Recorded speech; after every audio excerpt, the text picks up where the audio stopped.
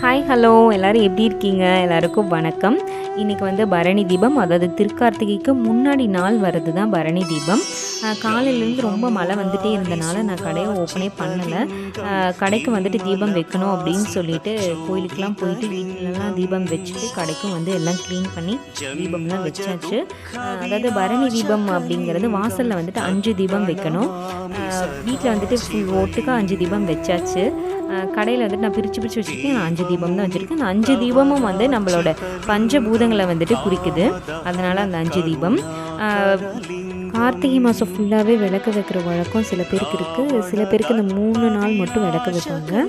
இந்த 3 நாள் ஸ்பெஷல் என்ன அப்படின்னு பார்த்தீங்கன்னா 3 தெய்வத்தை வந்துட்டு குறிக்குது. அதாவது முதல் நாள் வந்துட்டு யமதர்மராஜாவுக்கு, 2வது நாள் வந்து சிவபெருமானுக்கும், 3வது நாள் வந்து பெருமாளுக்கும் முகந்த தீபம் அப்படின்னு சொல்கிறாங்க.